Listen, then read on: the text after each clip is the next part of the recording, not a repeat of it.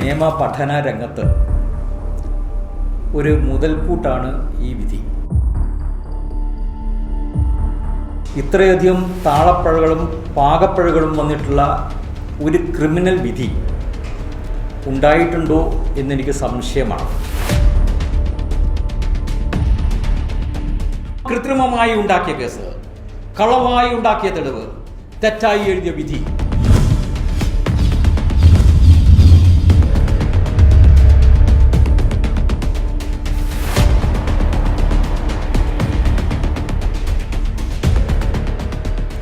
കോട്ടയം നഗരത്തിൻ്റെ ഹൃദയഭാഗത്തിൽ സ്ഥിതി ചെയ്യുന്നതും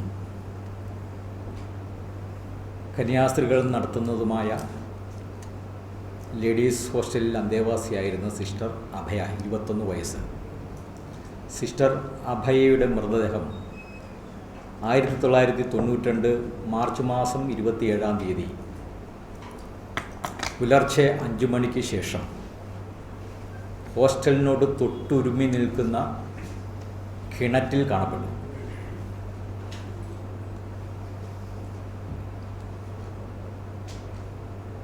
CBIയുടെ അവസാന അന്വേഷണ ടീം ഇതൊരു കൊലപാതകമാണെന്നും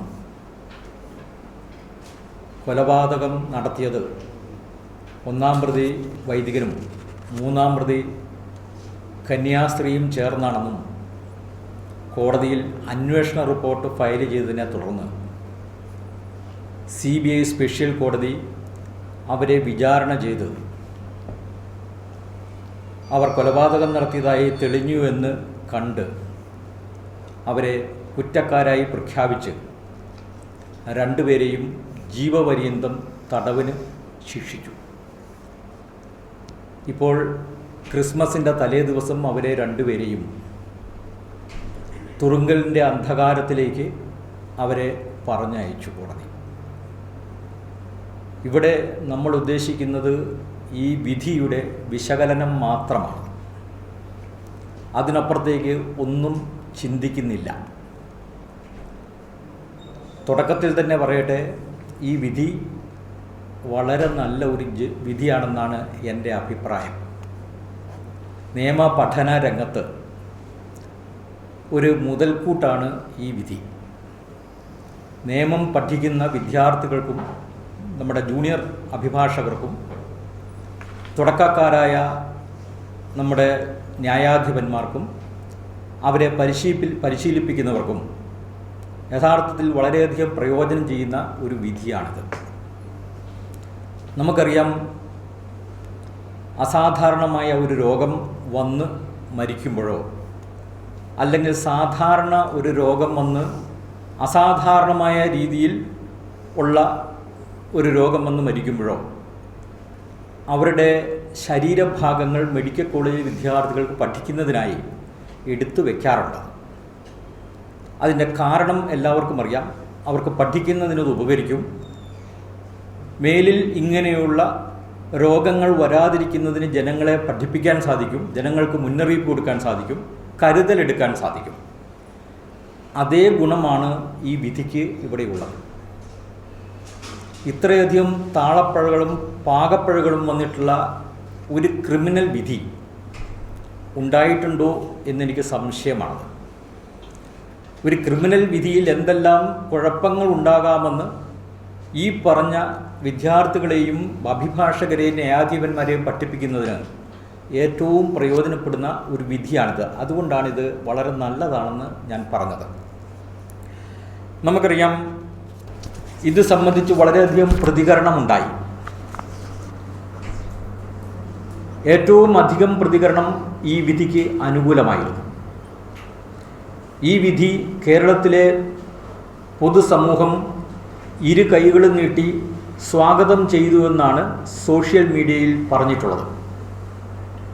എന്നാൽ വളരെ ചുരുക്കം ചിലർ ഈ വിധിയെ വിമർശിച്ചു. അങ്ങനെ വിമർശിച്ചവരിൽ ഭൂരിഭാഗവും അക്രൈസ്തവരാണ്. അവർ അവരുടേതായ മണ്ഡലങ്ങളിൽ വൈദഗ്ധ്യമുണ്ടായിരുന്നവരാണ്. ഉദാഹരണത്തിന് ഫോറൻസിക് വിദഗ്ധനായ ഡോക്ടർ കൃഷ്ണൻ ബാലചന്ദ്രൻ, അവരൊക്കെ അവരുടേതായ മണ്ഡലങ്ങളിൽ വൈദഗ്ധ്യം നേടിയിട്ടുള്ളവരാണ്. അവർ ഈ വിധിയിൽ പോരായ്മകളുണ്ടെന്ന് പറഞ്ഞു. പക്ഷേ വളരെ വിരലിൽ എണ്ണാവുന്നവർ മാത്രമായിരുന്നു അവർ. അപ്പോൾ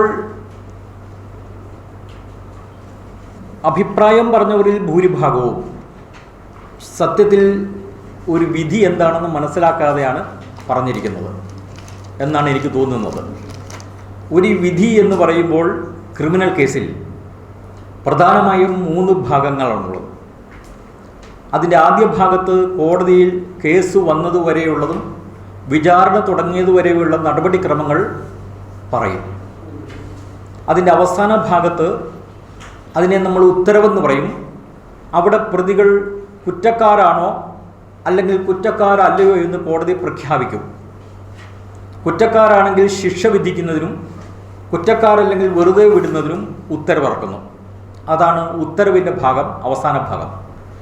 ഈ നടുഭാഗത്താണ് ഉത്തരവിന് അടിസ്ഥാനമായിട്ടുള്ള വസ്തുതകളും കാരണങ്ങളും പറയുന്നത് അല്ലെങ്കിൽ പറയേണ്ടത്. ഒരു വിധിന്യായം മാത്രം നമ്മൾ വായിച്ചു കഴിഞ്ഞാൽ അത് ഏകപക്ഷീയമാണെങ്കിൽ നമുക്കത് മനസ്സിലാക്കാൻ വളരെ ബുദ്ധിമുട്ടുണ്ടാകും. അങ്ങനെ ഏകപക്ഷീയമായ ഒരു വിധി വായിച്ചിട്ട് അഭിപ്രായം പറയുന്നത് വിധിയുടെ വിശകലനമല്ല. വിധിയുടെ വിശകലനം എന്ന് പറയുന്നത് വിധിക്ക് അടിസ്ഥാനമായിട്ടുള്ള അല്ലെങ്കിൽ വിധിന്യായത്തിന് കാരണമായിട്ടുള്ള സാക്ഷികളുടെ മൊഴിയും രേഖകളും പരിശോധിച്ചതിന് ശേഷമായിരിക്കണം വിലയിരുത്തൽ. എങ്കിൽ മാത്രമേ യഥാർത്ഥത്തിൽ വിധിയുടെ വിലയിരുത്തലാവുകയുള്ളൂ. അതല്ലാത്തതെല്ലാം വെറും അഭിപ്രായ പ്രകടനങ്ങൾ മാത്രമാണ്. അപ്പോൾ നമ്മളിവിടെ വിശകലനം ചെയ്യുന്നത് ഈ വിധിന്യായം യഥാർത്ഥത്തിൽ കോടതിയിൽ ലഭ്യമായിട്ടുള്ള സാക്ഷികളുടെ മൊഴിയുടെയും രേഖകളുടെയും ബലത്തിലാണോ എന്നാണ്. അതിൻ്റെ അകത്തെ പോരായ്മകൾ എന്തെങ്കിലും ഉണ്ടോ എന്നാണ് നമ്മൾ പരിശോധിക്കുന്നത്. നമുക്കറിയാം, ഞാൻ പറഞ്ഞു, ഒരു വിധിയിലെ ഉത്തരവിൻ്റെ അടിസ്ഥാനം എന്ന് പറയുന്നത് അതിലെ വിധിന്യായമാണ് എന്ന് പറഞ്ഞാൽ അതിൻ്റെ കാരണങ്ങളാണത്. കേസിലെ വിചാരണയുടെ അടിസ്ഥാനം എന്ന് പറയുന്നത് നമുക്കറിയാം, ഒരു വിധിക്ക് അല്ലെങ്കിൽ ഒരു കേസിന് 2 ഭാഗങ്ങളുണ്ട്. വിചാരണയുമുണ്ട്, അതിൻ്റെ അകത്തെ അവസാനം വിധിയുമുണ്ട്. അപ്പോൾ വിചാരണയുടെ അടിസ്ഥാനം എന്ന് പറയുന്നത് കുറ്റപത്രമാണ്. ഈ കുറ്റപത്രം എന്ന് പറയുന്നത് പോലീസ് കൊടുക്കുന്ന റിപ്പോർട്ടല്ല. പോലീസ് കൊടുക്കുന്ന റിപ്പോർട്ടിനെ ഫൈനൽ റിപ്പോർട്ട് എന്ന് പറയുന്നു സാധാരണഗതിയിൽ. കുറ്റപത്രം എന്ന് പറയുന്നത് കോടതി എഴുതിയുണ്ടാക്കി പ്രതികളെ വായിച്ച് കേൾപ്പിച്ച് കുറ്റം ചെയ്തിട്ടുണ്ടോ എന്ന് ചോദിച്ച് ഉത്തരം രേഖപ്പെടുത്തുന്ന ഒന്നാണ് കുറ്റപത്രം. കുറ്റപത്രത്തിൻ്റെ ലക്ഷ്യം എന്താണെന്ന് പറഞ്ഞു കഴിഞ്ഞാൽ എന്താണ് പ്രതികൾക്കെതിരെയുള്ള ആരോപണമെന്നും എന്താണ് തെളിയിക്കാൻ പോകുന്നതെന്നും പ്രതികൾക്കുള്ള ഒരു നോട്ടീസാണത്. അപ്പോൾ വിചാരണ നടക്കുന്നത് കുറ്റപത്രത്തിൽ പറഞ്ഞിരിക്കുന്ന ആരോപണങ്ങൾ ആയിരിക്കണം. അതാണ് ഈ കുറ്റപത്രത്തിൻ്റെ പ്രത്യേകത എന്ന് പറയുന്നത്. ഒരു ജഡ്ജ്മെൻറ്റിൽ ആദ്യ ഭാഗത്ത് ഈ കുറ്റപത്രത്തിൻ്റെ ഉള്ളടക്കം പറയണം. ഈ ഉള്ളടക്കം ഈ വിധിയുടെ ആദ്യ ഭാഗത്ത് പറഞ്ഞിട്ടില്ല എങ്കിൽ വിധി വായിക്കുന്ന ഒരാൾക്ക് കോടതി ആരോപിച്ചിരിക്കുന്ന കുറ്റങ്ങൾക്കാണോ ഇവരെ വിചാരണ ചെയ്തതെന്നും ഇവരെ ശിക്ഷിച്ചതെന്നും അറിയാൻ സാധിക്കുകയില്ല.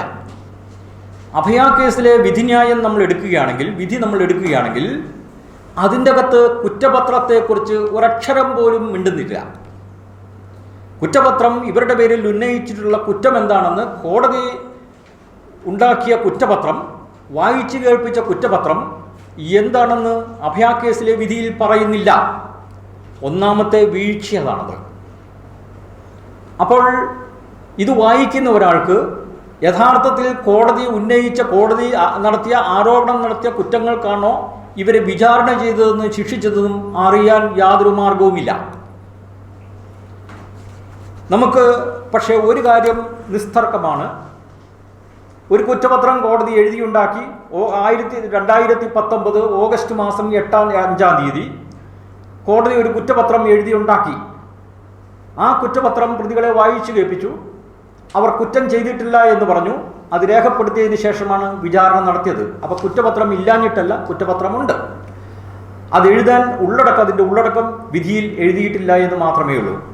ഇനി നമ്മൾ നോക്കുക, എന്താണ് ഈ കുറ്റപത്രത്തിൽ പറഞ്ഞിട്ടുള്ളതെന്ന്.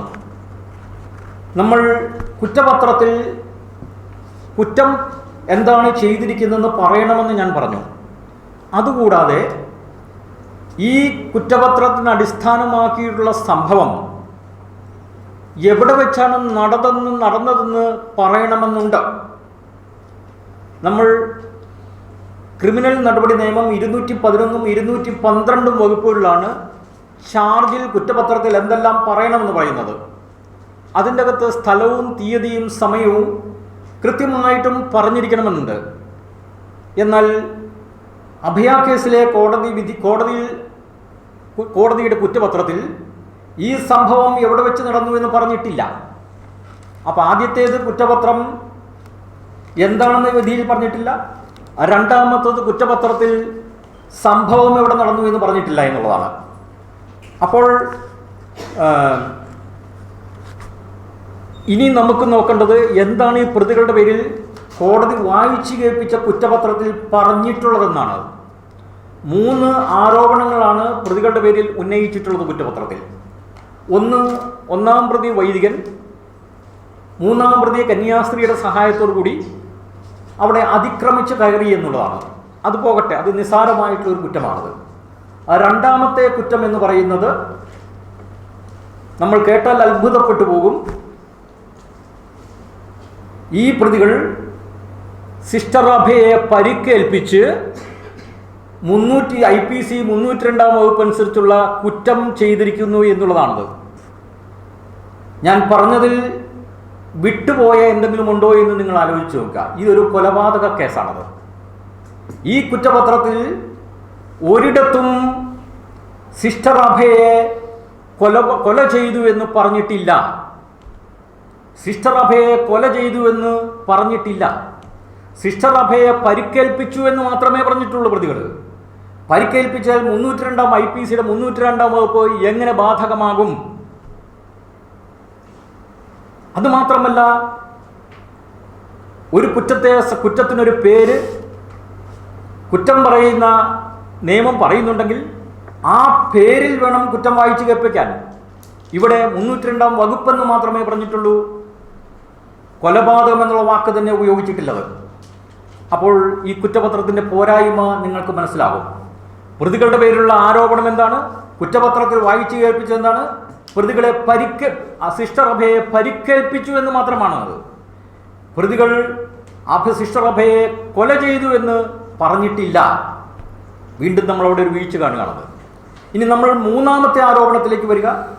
3-ാമത്തെ കുറ്റപത്രത്തിൽ പറയുന്ന ആരോപണം എന്ന് പറയുന്നത് സിസ്റ്റർ അഭയെ മരിച്ചുപോയ സിസ്റ്റർ അഭയെ ഡിസീസ്ഡ് സിസ്റ്റർ അഭയ മരിച്ചുപോയ സിസ്റ്റർ അഭയെ കൊലപാതകത്തിനുള്ള തെളിവ് നശിപ്പിക്കുന്നതിന് വേണ്ടി മൃതദേഹം പ്രതികൾ ചേർന്ന് കിണറ്റിലിട്ടു എന്നാണ്. അപ്പോൾ എന്തായി? കൊലപാതകം മറച്ചു വെക്കുന്നതിന് വേണ്ടി, പ്രതികളെ രക്ഷപ്പെടുത്തുന്നതിന് വേണ്ടി ഇവർ മരിച്ചുപോയ സിസ്റ്റർ അഭയയുടെ മൃതദേഹം കിണറ്റിലിട്ടു എന്ന്. എന്നാൽ CBI എന്താണ് തെളിവ് കൊടുത്തത്? CBI തെളിവ് കൊടുത്തത് സിസ്റ്റർ അഭയെ പ്രതികൾ കൈക്കാടാലി പോലെയുള്ള എന്തോ ഒരു സാധനം കൊണ്ട് തലക്കടിച്ച് പരിക്കേൽപ്പിച്ച് അതുവഴി സിസ്റ്റർ അഭയ ബോധം കെട്ട് വീണപ്പോൾ സിസ്റ്റർ അഭയ ആത്മഹത്യ ചെയ്തതാണെന്ന് വരുത്തുന്നതിന് വേണ്ടി സിസ്റ്റർ അഭയെ കിണറ്റിലിട്ടു എന്നാണ്. അപ്പോൾ കുറ്റപത്രത്തിൽ പറയുന്നത് യഥാർത്ഥത്തിൽ എന്താണത്? കുറ്റപത്രത്തിൽ പറയുന്നത് മരിച്ചുപോയ സിസ്റ്റർ അഭയയുടെ മൃതദേഹം കിണറ്റിലിട്ടു എന്നാണത്. CBI തെളിവ് കൊടുത്തത് എന്താണത്? മരിക്കുന്നതിന് മുമ്പ് സിസ്റ്റർ അഭയെ ബോധം കെട്ടപ്പോൾ ആത്മഹത്യയാണെന്ന് വരുത്തി തീർക്കുന്നതിന് വേണ്ടി സിസ്റ്റർ അഭയയുടെ മൃതദേഹം കിണറ്റിലിട്ടു എന്നാണത്. എങ്ങനെ പൊരുത്തപ്പെട്ടു പോകും? നിങ്ങളൊന്ന് ആലോചിച്ച് നോക്കുക. ബഹുമാനീയനായ പ്രോസിക്യൂട്ടറാണ്, CBI പ്രോസിക്യൂട്ടറാണ് ഈ കേസ് CBIക്ക് വേണ്ടി എടുത്തത്. അദ്ദേഹം ഈ കുറ്റപത്രം ഒന്ന് വായിക്കുകയെങ്കിലും ചെയ്തിരുന്നെങ്കിൽ വിചാരണയ്ക്ക് മുമ്പ് ഇങ്ങനെ ഒരു അബദ്ധം സംഭവിക്കുമായിരുന്നു. കുറ്റാരോപണമെന്ന് തെളിവ് കൊടുത്തത് വേറൊന്ന്, ആ തെളിവിനനുസരിച്ചാണ് യഥാർത്ഥത്തിൽ പ്രതികളെ ശിക്ഷിച്ചിരിക്കുന്നത്. എന്നുവെച്ചാൽ കുറ്റപത്രത്തിലെ ആരോപണം അനുസരിച്ചല്ല ഇതിലെ പ്രതികളെ ശിക്ഷിച്ചിട്ടുള്ളത്. കുറ്റപത്രത്തിന് വിരുദ്ധമായ രീതിയിൽ വിചാരണ ചെയ്യുകയും ആ വിചാരണ തെളിവിൽ സ്വീകരിച്ചുകൊണ്ട് അതിൻ്റെ അടിസ്ഥാനത്തിൽ പ്രതികളെ ശിക്ഷിക്കുകയുമാണ് അഭയ കേസിൽ ചെയ്തിരിക്കുന്നത്. ഇതാ ജഡ്ജ്മെന്റ് ഇവിടെയുണ്ട്, മുഴുവൻ ഇവിടെയുണ്ട്, രേഖകൾ മുഴുവൻ ഇവിടെയുണ്ട്. ആർക്ക് വേണം പരിശോധിക്കാം. കുറ്റപത്രത്തിന്റെ കോപ്പിയും എൻ്റെ കയ്യിലുണ്ട്. അപ്പോൾ നമ്മൾ ഒരു കാര്യം വിചാരിക്കുക, ഇത്രയും പാകപ്പിഴകൾ തുടക്കത്തിലേ ഞാൻ പറഞ്ഞു.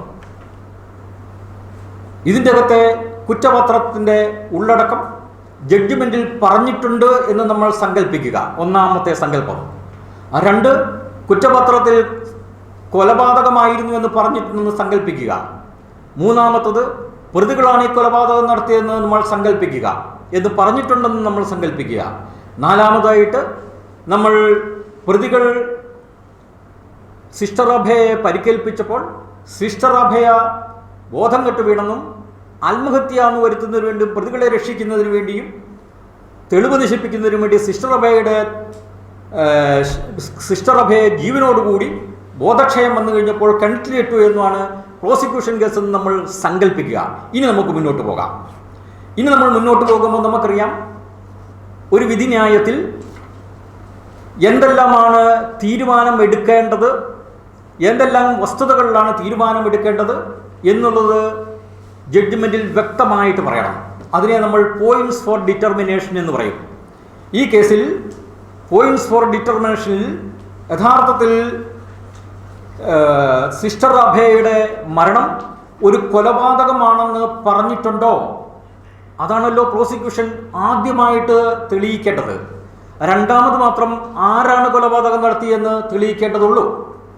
അപ്പോൾ കൊലപാതകമാണെന്ന് തെളിയിച്ചില്ലെങ്കിൽ ആരാണ് കൊലപാതകം നടത്തിയെന്ന ചോദ്യത്തിന് പ്രസക്തിയില്ല.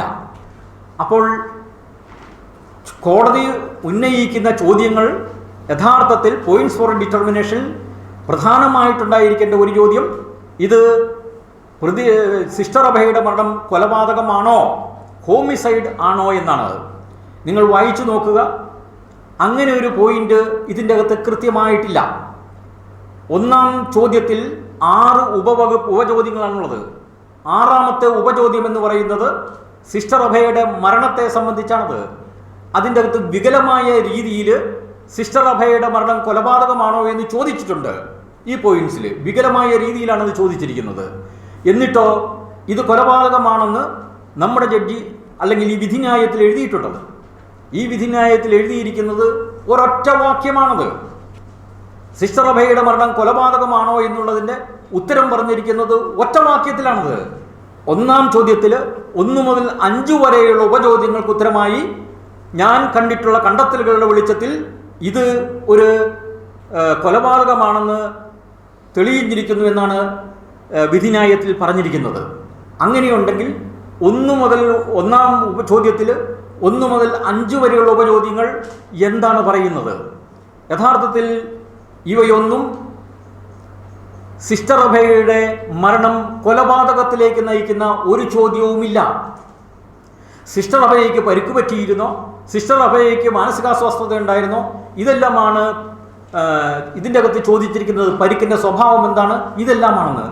അപ്പോൾ 1 മുതൽ 5 വരെയുള്ള ഉപചോദ്യങ്ങൾ കൊലപാതകവുമായി ബന്ധപ്പെടുത്തിയിട്ടില്ലെങ്കിൽ എവിടെയാണ് 1-ാം ചോദ്യത്തിൽ 6-ാം ഉപചോദ്യത്തിൽ ഇദ്ദേഹം പറയുന്ന ഈ വിധിന്യായത്തിൽ പറയുന്ന രീതിയിലുള്ള കണ്ടെത്തലുകൾ നടത്തിയിരിക്കുന്നത്? ആ കണ്ടെത്തലിന് യാതൊരു അടിസ്ഥാനവുമില്ല. ഒരു തെളിവും ഇതിൻ്റെ അകത്ത് ഈ വിധിന്യായത്തിൽ കൊലപാതകമാണെന്നുള്ളത്, അഭയയുടെ മരണം, സിസ്റ്റർ അഭയയുടെ മരണം കൊലപാതകമാണെന്നുള്ളതിന് ഒരു തെളിവ് പോലും മുന്നിട്ട് വെച്ചിട്ടില്ലത്. അപ്പോൾ അവിടെയും നമ്മൾ സങ്കല്പിക്കുക അങ്ങനെ വെച്ചിട്ടുണ്ട് എന്നുള്ളത്. അതിനുശേഷം നമുക്കിനി മുന്നോട്ട് പോകാം. ഇനി നമ്മളെ സംബന്ധിച്ചിടത്തോളം യഥാർത്ഥത്തിൽ ഇത് കൊലപാതകമാണെന്നുള്ളതിന് എന്താണ് തെളിവുള്ളതെന്ന് നമ്മൾ നോക്കുക. സിസ്റ്റർ അഭയ മരിക്കുന്നതിന് മുമ്പ് സിസ്റ്റർ അഭയയുടെ ദേഹത്ത് 6 പരിക്കുകളുണ്ടെന്ന് സിസ്റ്റർ അഭയയുടെ മൃതദേഹം പോസ്റ്റ്മോർട്ടത്തിനായി പരിശോധിച്ച ഡോക്ടർ രാധാകൃഷ്ണൻ പറഞ്ഞിട്ടുണ്ട്. അദ്ദേഹമാണ് പോസ്റ്റ്മോർട്ടം നടത്തിയത്. പോസ്റ്റ്മോർട്ടം സർട്ടിഫിക്കറ്റ് കോടതിയിൽ അക്കമിട്ട് സ്വീകരിച്ചിട്ടുള്ളത്. ഈ 6 പരിക്കുകൾ എന്ന് പറയുന്നത് എല്ലാം ശരീരത്തിൻ്റെ പുറഭാഗത്തായിരുന്നു, പുറകു ഭാഗത്താണത്. അതിൽ 2 എണ്ണം ലാസറേറ്റഡ് ഇഞ്ചുറി അല്ലെങ്കിൽ കീറി മുറിഞ്ഞിട്ടുള്ള മുറിവുകളാണ്. അതിൻ്റെ വലിപ്പം എന്ന് പറയുന്നത് നിസ്സാരമാണത്. 3 പരിക്കുകൾ എന്ന് പറയുന്നത് വെറും ഉരവുകളാണത്, ഉരഞ്ഞ പാടുകളാണുള്ളത്. 6ാമതായിട്ട് പറയുന്ന 6 എണ്ണത്തിൽ 6ാമതായിട്ട് പറയുന്നവർക്ക് തലയുടെ നടുഭാഗത്ത് പുറകിൽ ഒരു ചതവ് കണ്ടു എന്നാണ്. ഈ 6 പരിക്കുകളും നിസ്സാരവും സിമ്പിൾ ആൻഡ് മൈനർ എന്നാണ് ഡോക്ടർ രാധാകൃഷ്ണൻ പറഞ്ഞിട്ടുള്ളത്. എന്നാൽ CBI തെളിയിക്കാൻ ശ്രമിച്ചത് മുഴുവൻ അങ്ങനെയല്ല. ഇത് തലക്കേറ്റ ക്ഷതം കൊണ്ടാണ് സിസ്റ്റർ അഭയയുടെ ബ്രെയിനുള്ളിൽ രക്തം പകർന്നുവെന്നും അങ്ങനെ സിസ്റ്റർ അഭയ ബോധം കെട്ട് വീണെന്നും അതുവഴി വെള്ളത്തിലിട്ടപ്പോൾ സിസ്റ്റർ അഭയ വെള്ളം കുടിച്ച് ഇത് 2ൻ്റെയും ഇഫക്റ്റ് മൂലം മരിച്ചുവെന്നാണ് CBI തെളിയിക്കാൻ കോടതിയിൽ ശ്രമിച്ചത്. നമുക്ക് നോക്കാം ഇനി എന്താണ് ഡോക്ടർ രാധാകൃഷ്ണൻ പറഞ്ഞിരിക്കുന്നതെന്ന്. ഡോക്ടർ രാധാകൃഷ്ണൻ കൃത്യമായിട്ടും മൊഴിയിലും അതിന് അടിസ്ഥാനമായിട്ടുള്ള പോസ്റ്റ്മോർട്ടം സർട്ടിഫിക്കറ്റിലും പറഞ്ഞ് ഈ 6 മുറിവുകൾ മാത്രമാണ് ഞാൻ കണ്ടിട്ടുള്ളത്, ഈ 6 മുറിവുകളും മൈനർ ആൻഡ് സിമ്പിൾ ആണെന്ന് ഡോക്ടർ രാധാകൃഷ്ണൻ പറഞ്ഞിരിക്കുന്നു. എന്നാൽ ഈ വിധിന്യായത്തിൽ പറയുന്നു 7ാമതായിട്ടൊരു മുറിവുകളുണ്ടായിരുന്നു. ആ 7ാമതായിട്ട് മുറിവെന്ന് പറയുന്നത് സിസ്റ്റർ അഭയയുടെ കഴുത്തിന് ഇരുവശത്തുമായി നഖക്ഷതമുണ്ടായിരുന്നു എന്ന് പറഞ്ഞാൽ ഉദ്ദേശിക്കുന്നത് ആരോ സിസ്റ്റർ അഭയയുടെ കഴുത്തിൽ ഞെക്കിപ്പിടിച്ചു എന്നാണല്ലോ ഉദ്ദേശിക്കുന്നത്. ആരാണിത് തെളിയിച്ചത്? ഇത് മൊഴി പറഞ്ഞത് 26 വയസ്സ് മാത്രം പ്രായമുള്ള ഒരു ഫോട്ടോഗ്രാഫറാണിത്. ഈ ഫോട്ടോഗ്രാഫർക്ക് അഭിപ്രായം പറയുന്നതിന് നിയമം അനുവദിക്കുന്നില്ല. സെക്ഷൻ ഇന്ത്യൻ തെളിവ് നിയമം 45-ാം വകുപ്പ് അനുസരിച്ച് ഒരു വിദഗ്ധന് മാത്രമേ അഭിപ്രായം പറയാൻ അനുവാദമുള്ളൂ, കോടതിക്ക് സ്വീകരിക്കാനും സാധിക്കുകയുള്ളൂ. എന്നാൽ ഈ ഫോട്ടോഗ്രാഫറാണ് ഈ 2 പാടുകൾ കണ്ടെന്നും ഈ 2 പാടുകൾ നഖക്ഷതമാണെന്നും പറഞ്ഞിരിക്കുന്നത്. ഇയാൾക്ക് എന്ത് വൈദഗ്ധ്യമാണ് കോടതി കണ്ടെത്തിയിരിക്കുന്നത്? ഡോക്ടർ രാധാകൃഷ്ണനോട് കൃത്യമായി ഇതിനെക്കുറിച്ച് ചോദിച്ചപ്പോൾ ഡോക്ടർ പറഞ്ഞു അങ്ങനെ ഒരു നഖക്ഷതം ഞാൻ കണ്ടിട്ടില്ല എന്ന്. ഡോക്ടറുടെ അഭിപ്രായം അവഗണിച്ചുകൊണ്ട് ഈ ഫോട്ടോഗ്രാഫറുടെ അഭിപ്രായമാണ് കോടതി സ്വീകരിച്ചിട്ടുള്ളത്. അടിസ്ഥാനപരമായിട്ടും നിയമപരമായിട്ടും അത് തെറ്റ് തന്നെയാണത്. അപ്പോൾ 6 പരിക്കുകൾ മാത്രമേ കണ്ടു എന്ന് കൃത്യമായ തെളിവിൽ പറഞ്ഞിട്ട് ഉണ്ടെങ്കിലും കോടതി ഈ നഖക്ഷതമുണ്ടായിരുന്നുവെന്ന് കണ്ടിരിക്കുന്നു. ഏത് കണ്ടെത്തലുകളും ഒരു ജഡ്ജിയുടെ മനസ്സിനെ സ്വാധീനിക്കുമെന്ന് നമ്മൾ മനസ്സിലാക്കുക. അപ്പോൾ അദ്ദേഹം അങ്ങനെ കണ്ടു. ഇനി നമുക്ക് നോക്കാം, കൃത്യമായിട്ടും ഡോക്ടർ രാധാകൃഷ്ണൻ പറഞ്ഞ് ഈ 6 മുറിവുകളല്ലാതെ വേറൊന്നും ഞാൻ കണ്ടില്ല എന്ന് പറഞ്ഞു. എന്നാൽ ക്രോസ് വിസ്താരത്തിൽ അദ്ദേഹത്തിന് ഒരു അബദ്ധം പറ്റി എന്ന് വേണം കരുതാനായിട്ട്. It's a slip of the tongue. അദ്ദേഹം പറഞ്ഞു തലയോട്ടിക്ക് പരുക്ക് പറ്റി, തലയോട്ടി പൊട്ടിയിട്ടുണ്ടെന്ന്. നോക്കുക, ഡോക്ടർ രാധാകൃഷ്ണൻ പറഞ്ഞു ഞാൻ 6 പരിക്കുകളെ കണ്ടുള്ളൂ, ആ 6 പരിക്കുകൾ നിസ്സാരവും സിമ്പിൾ ആൻഡ് മൈനർ ആണെന്ന് പറഞ്ഞതിന് ശേഷം ക്രോസ് വിസ്താരത്തിൽ അദ്ദേഹത്തിന് ഒരു അബദ്ധം പറ്റി. അദ്ദേഹം പറഞ്ഞു തലയുടെ സ്കള്ളിന് പൊട്ടലുണ്ടായിരുന്നുവെന്ന്. ഇത് അദ്ദേഹത്തിൻ്റെ മൊഴിക്കും പോസ്റ്റ്മോർട്ടം സർട്ടിഫിക്കറ്റിനും വിരുദ്ധമാണത്. കൃത്യമായിട്ടും അദ്ദേഹം പറഞ്ഞിരിക്കുന്നത് സ്കെൽറ്റൽ സിസ്റ്റം സ്കള്ള് ഇൻടാക്റ്റ് ആയിരുന്നുവെന്ന്. പിന്നെ എവിടുന്ന് ഡോക്ടർക്ക് ഇത് കിട്ടി?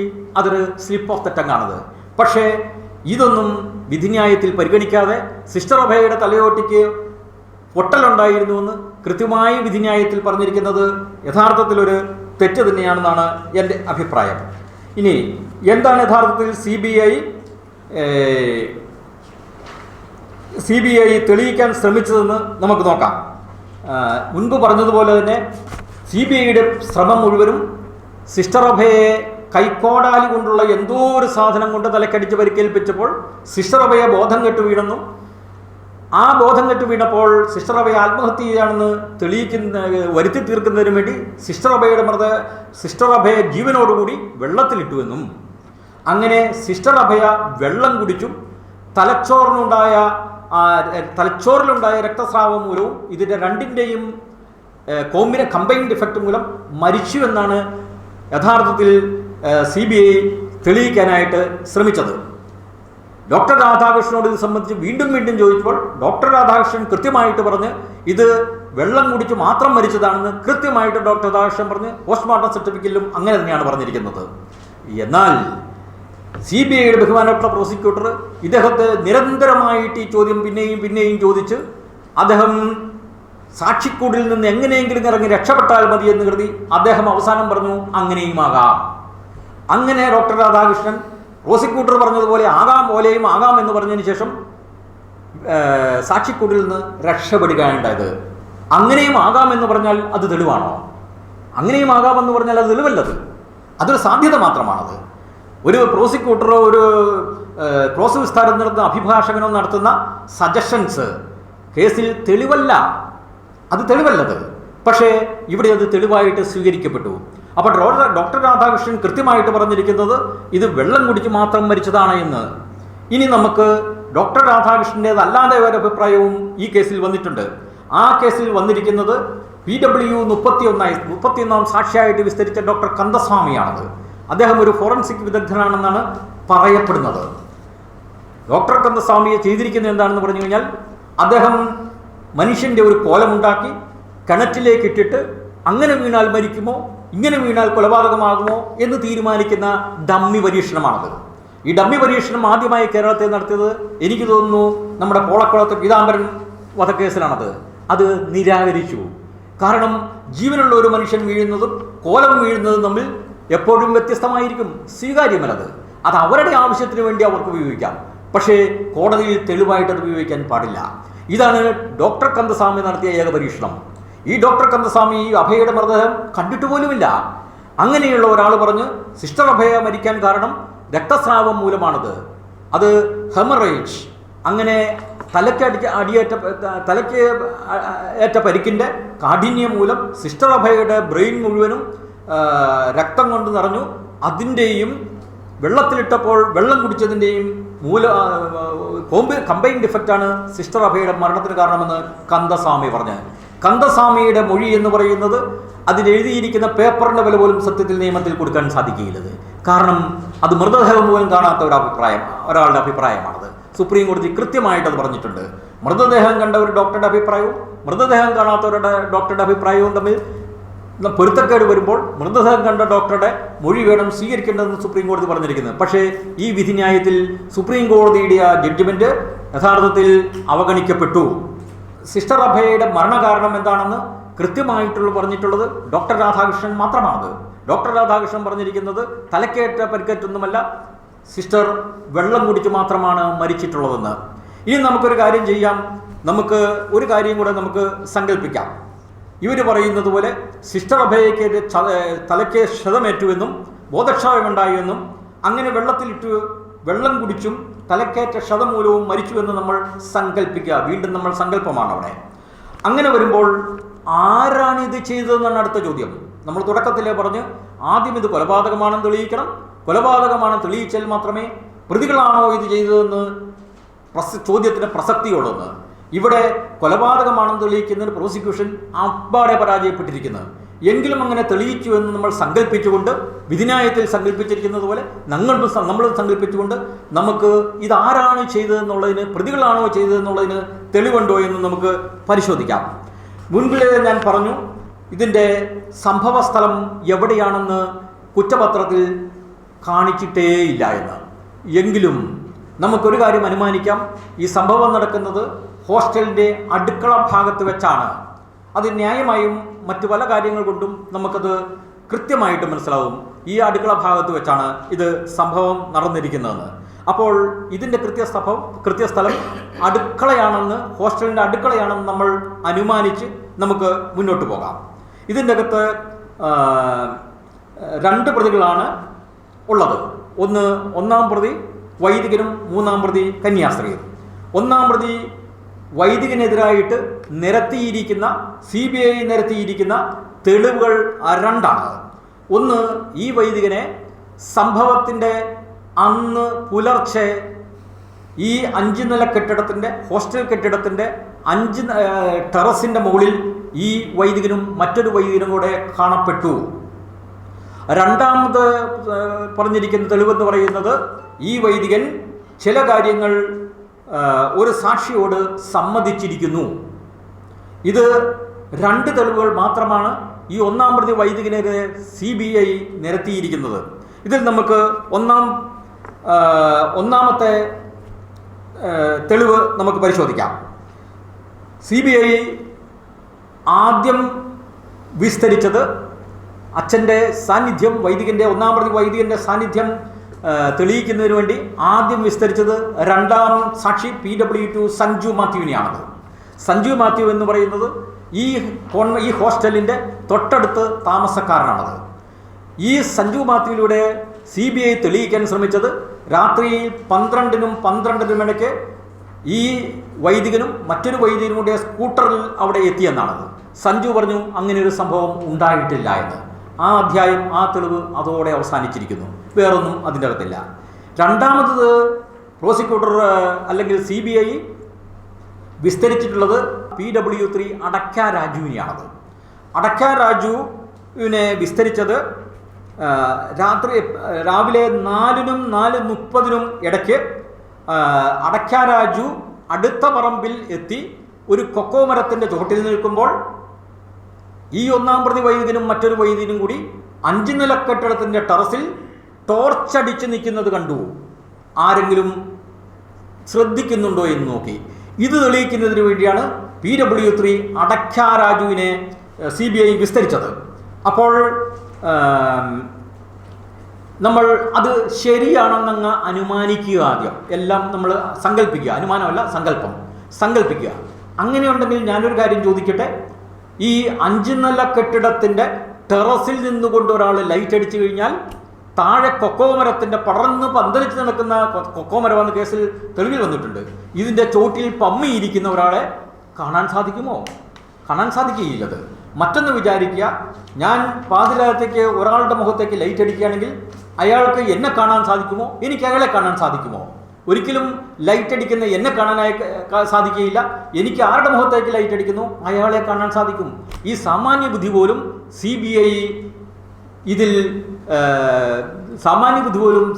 ഇതിൽ ഉണ്ടായില്ല എന്നുള്ളത് ഖേദകരമായ ഒരു കാര്യമാണത്.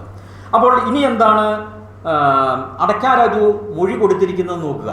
കാരണം ഈ അടക്ക രാജു മൂന്നാം സാക്ഷി 12 വയസ്സ് മുതൽ മോഷണം നടത്തിയ ആളാണത്.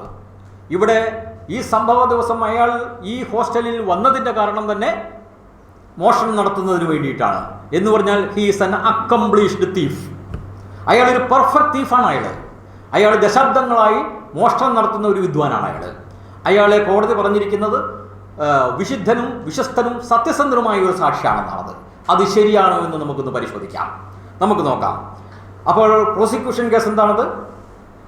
ഒന്നാം പ്രതി വൈദികനും മറ്റൊരു വൈദികനും കൂടി 5 നിലക്കടത്തിൻ്റെ ടെറസിൻ്റെ മുകളിൽ നിന്നുകൊണ്ട് ലൈറ്റ് അടിക്കുന്നു. അങ്ങനെ ഈ അച്ഛനെ കണ്ടു എന്നാണത്. ഞാനൊന്ന് ചോദിക്കട്ടെ, ഈ വൈദികനെ ഇതിനു മുമ്പ് ഒരിക്കൽ പോലും ഈ അടക്ക രാജു കണ്ടിട്ടുള്ളതായി കേസിൽ തെളിവില്ല. അങ്ങനെ ഈ വെളുപ്പിന് 4-4:30 ടോർച്ചടിക്കുന്ന ഈ വൈദികനെ ഈ മനുഷ്യനെ എങ്ങനെ തിരിച്ചറിയാൻ സാധിച്ചു? ഒരിക്കലും സാധിക്കാത്ത ഒരു കാര്യമാണത്. അത് നമ്മൾ തൽക്കാലം മറന്നു കളയാം. ഇനി എന്താണ് CBI കൊണ്ടുവന്നിട്ടുള്ള ഈ മൂന്നാം സാക്ഷി അടക്ക രാജു പറഞ്ഞിരിക്കുന്നതെന്ന് നമ്മൾ നോക്കുക. ടെറസിൻ്റെ മുകളിൽ നിന്ന് കണ്ടെന്നാണ് പോലീസ് CBIയുടെ വേർഷൻ. ഇനി പറഞ്ഞിരിക്കുന്നു, ഞാൻ അടക്ക രാജുവിൻ്റെ മൊഴിയിലേക്ക് കിടക്കുകയാണത്. ഞാൻ 2 പേർ ടെറസിൽ നിൽക്കുന്നത് കണ്ടില്ല. എന്താ അടക്ക രാജു പറഞ്ഞത്? ടെറസിൽ 2 പേര് നിൽക്കുന്നത് ഞാൻ കണ്ടില്ല. ഇനി വീണ്ടും പറയുന്നത്, സ്റ്റെയർ കേസിലേക്ക് പോകാനായി ഒരുങ്ങുന്നതാണ് ഞാൻ കണ്ടത്, സമീപിക്കുന്നതാണ് ഞാൻ കണ്ടത്. സ്റ്റെയർ കേസ് എവിടെയാണ്? താഴെ. ടെറസ് എവിടെയാണ്? 5 നില കെട്ടിടത്തിൻ്റെ മുകളിൽ. CBI തെളിയിക്കാൻ ശ്രമിച്ചത് ടെറസിൽ നിന്ന് ലൈറ്റ് അടിക്കുന്നു. സാക്ഷി പറഞ്ഞിരിക്കുന്നത് സ്റ്റെയർ കേസിലാണ് ഞാൻ കണ്ടതെന്ന്. ഇനി അവിടെ നിന്ന് കാണാൻ പറ്റുമോ?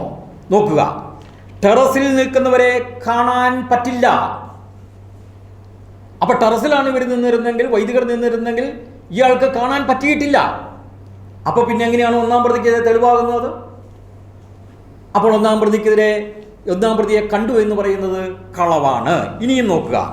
അപ്പോൾ CBIയുടെ ഭാഷ്യം അവരുടെ തന്നെ സാക്ഷിയായ PW3 അടക്ക രാജു തള്ളിക്കളഞ്ഞു.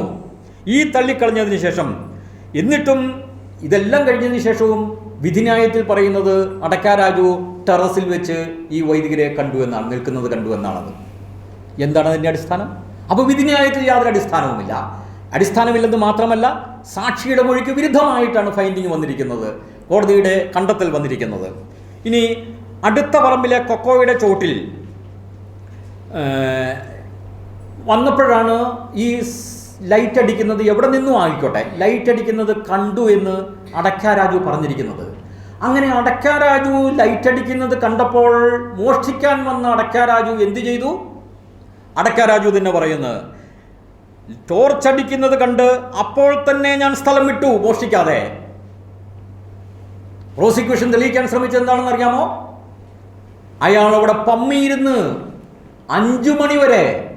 അങ്ങനെ 5 മണി വരെ പമ്മിയിരുന്നാലല്ലേ അഭയെ സിസ്റ്റർമാർ അടിക്കുന്നത്, സിസ്റ്ററിനെ അടിക്കുന്നത്, വൈദികനും കന്യാസ്ത്രീയും കൂടെ അടിക്കുന്നത് കാണാൻ സാധിക്കുകയുള്ളൂ. അപ്പോൾ 5 മണി വരെ അയാൾ അവിടെ പമ്മിയിരുന്നു എന്നാണ് പ്രോസിക്യൂഷൻ തെളിയിക്കാൻ ശ്രമിച്ചത്. അവസാന ഭാഗമായപ്പോൾ അടക്കാ രാജുവും പറഞ്ഞു ഞാൻ 5 മണി വരെ പമ്മിയിരുന്നെന്ന്. അയാൾ ആദ്യം പറഞ്ഞത് എന്താണത്? ടോർച്ചടിച്ചെന്നത് കണ്ടപ്പോൾ മോഷ്ടാവിനെ പിടിക്കാനായി വന്നതെന്ന് കരുതി ഞാൻ അപ്പോൾ തന്നെ സ്ഥലം വിട്ടു. അത് ന്യായമാണ്, അങ്ങനെ വിചാരിക്കാം. മോഷ്ടാവല്ലേ, അയാൾ പിന്നെ അവിടെ നിൽക്കുമോ? പക്ഷേ CBI അങ്ങനെയാണ് പറയുന്നത്. എന്നിട്ടും കോടതി പറയുന്നത് 3-ാം സാക്ഷി അടക്കാ രാജു ഹോസ്റ്റലിൽ കയറി ചെമ്പ് തകിട് മോഷ്ടിച്ചു കൊണ്ടുപോയി.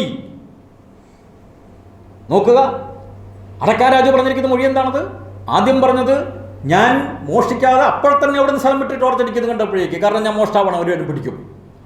രണ്ടാമത് പറഞ്ഞ എന്താണ്? ഞാൻ 5 മണി വരെ പമ്മിയിരുന്നെന്ന്.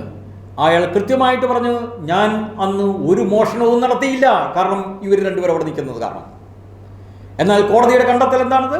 കോടതിയുടെ കണ്ടെത്തൽ പറയുന്നത് അടക്കാ രാജു അന്ന് ചെമ്പ് തകിട് മോഷ്ടിച്ചു, ഇതിൻ്റെ മുകളിൽ കയറി, 5 നില കെട്ടിടത്തിൻ്റെ മുകളിൽ കയറി. അപ്പോൾ മൊഴിക്ക് വിരുദ്ധമായിട്ടല്ലേ കോടതിയുടെ കണ്ടെത്തൽ? ഇതിനാരും ഉത്തരം പറയും? 5 മണി വരെ ഇവിടെ തങ്ങി എന്നാണ് പറയുന്നത് ഈ അടക്കാ രാജു. ഇതിന് ഉപോത്ബലകമായി ഇതിന് സമർത്ഥിക്കുന്നതിന് വേണ്ടിയാണ് 8-ാം സാക്ഷിയെ CBI വിസ്തരിച്ചത്. 8-ാം സാക്ഷി എന്ന് പറയുന്നത് ആക്രി കച്ചവടക്കാരനാണ്. ഈ ആക്രി കച്ചവടക്കാരന് കൊണ്ടുപോയി ഈ മോഷ്ടിച്ച തകിട് കൊടുത്തതെന്നാണ് പറയുന്നത്. അതിനാണ് CBI കൊണ്ടുവന്നിരിക്കുന്നത് ഈ സാക്ഷിയെ, ആക്രി കച്ചവടക്കാരൻ 8-ാം സാക്ഷിയത്. അപ്പോൾ 8-ാം സാക്ഷിയും പറഞ്ഞ് ഇയാൾ ചെമ്പ് തകിട് കൊണ്ടുവന്ന് തന്നതാണ് പിറ്റേ ദിവസം. അപ്പോൾ മോഷ്ടിക്കാൻ വന്നവൻ പറയുന്നത് ഞാൻ മോഷ്ടിച്ചില്ല, എനിക്ക് മോഷ്ടിക്കാൻ പറ്റിയില്ല, ഞാൻ ഹോസ്റ്റലിൻ്റെ പ്രമീസസിൽ പോലും കയറിയില്ല. അയാൾ പറയുന്നു മതിൽ ചാടിയിരുന്ന് എൻ്റെ കൈയും കാലും ഒടിയുമായിരുന്നു എന്നുവരെ പറഞ്ഞ് മൊഴി പറഞ്ഞ ഒരാളുടെ കോടതി കണ്ടെത്തിയിരിക്കുന്നതാണ് അയാൾ 5 നില കെട്ടിടത്തിൻ്റെ ടെറസിൽ നേരെ ചെമ്പ് തകിട് മോഷ്ടിച്ച് 8-ാം സാക്ഷിക്ക് വിറ്റു എന്നാണ് കണ്ടിരിക്കുന്നത്. എങ്ങനെ ഈ കാരണം നമുക്ക് ന്യായമാണെന്ന് കരുതാൻ സാധിക്കും? ഒന്നുമില്ല. എന്താണ്, എപ്പോഴാണ് ഈ അടക്കാ രാജു ഹോസ്റ്റലിൽ വന്നത്? അടക്കാ രാജു പറയുന്നുണ്ട് ഞാൻ വന്നത് 4-നും 4:30-ക്കും ഇടയ്ക്കാണ്, പ്രഭാതത്തിൽ, പുലർച്ചെ.